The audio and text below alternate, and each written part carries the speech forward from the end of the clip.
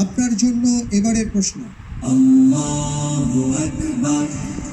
কিয়ামতের দিন কোন ব্যক্তি আপন নারী ভুঁড়ির চারপাশে ঘুরতে থাকবে?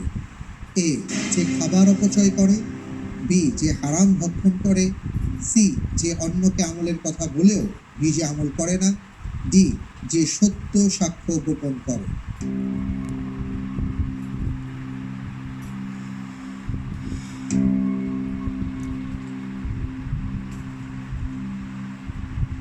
আল্লাহর উপর পূর্ণ ভরসা রেখে উত্তর হিসেবে বেছে নিচ্ছি সি, যে অন্যকে আমলের কথা বললেও নিজে আমল করে না। সি, যে অন্যকে আমলের কথা বললেও নিজে আমল করে না, এই অপশনটি আপনি বাছাই করেছেন। আমি তাহলে লক করে দিচ্ছি, ফ্রিজ করে দেওয়া হোক সি।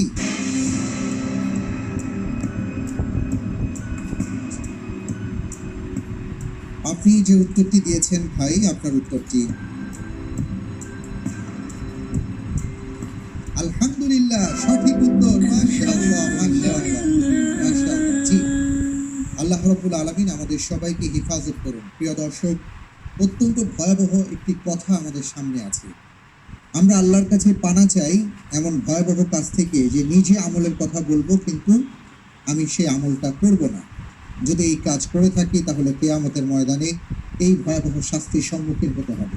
এ প্রসঙ্গে আরো কিছু গুরুত্বপূর্ণ তথ্য আর কথা আসুন আমরা একটু জেনে নিই।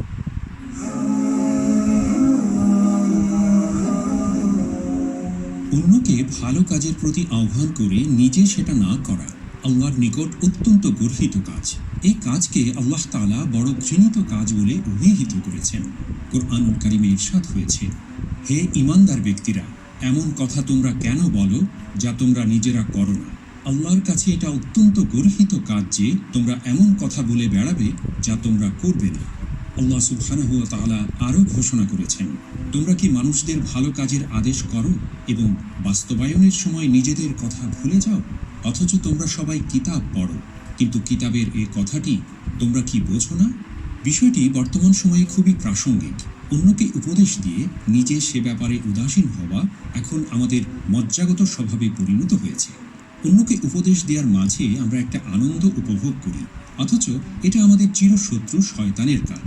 শয়তান চায় আমাদের দিয়ে আল্লাহ সুবহানাহু ওয়া তাআলার সবচেয়ে অপছন্দের কাজগুলো করাতে, এবং তাতে সে মজাও ধরিয়ে দেয়। যত বড় গুনাহের কাজ তত বেশি কৃতিত্ব ও সাফল্য বলে শয়তান আমাদের বাহবা দেয়।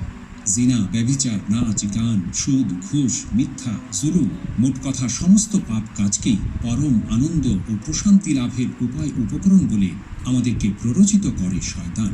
সেরকমই একটি কাজ হচ্ছে অন্যকে ভালোর উপদেশ দিয়ে নিজের ব্যাপারে উদাসীন হওয়া, অথচ এর পরিণতি কত ভয়াবহ তা আমরা বেমালুম ভুলে যাই।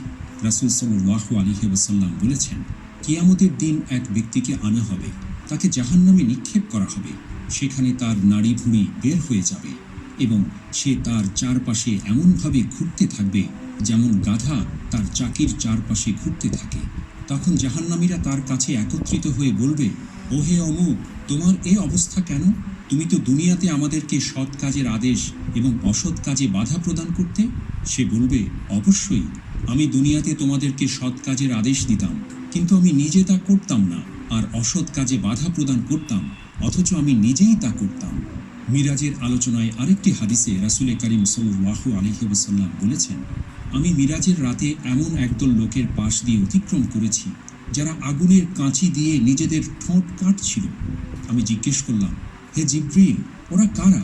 তিনি বললেন, ওরা আপনার উম্মতের বক্তার দল। তারা নিজেদের আমলের কথা ভুলে গিয়ে মানুষকে ভালো কাজের ফজিলত শোনাত, অথচ ওরা কুরআন ও কিতাব পড়ত, তবে কি ওরা কিছুই বুঝত না? তাই আসুন আমরা আমাদের জীবনে মহান প্রতিপালক আল্লাহ সুবহানাহু ওয়া তাআলা ও তাঁর হাবিব প্রিয় রাসূল সাল্লাল্লাহু আলাইহি ওয়াসাল্লামের নির্দেশিত বিধিবিধান পরিপূর্ণরূপে নিজেদের জীবনে বাস্তবায়নের চেষ্টা করি। অতঃপর অন্যকে নসিহা তথা সৎ কাজের আদেশ আর অসৎ কাজ থেকে বিরত রাখার চেষ্টায় নিজেদেরকে নিয়োজিত রাখি। মহান আল্লাহ আমাদেরকে তৌফিক দিয়ে ধন্য করুন। আমিন।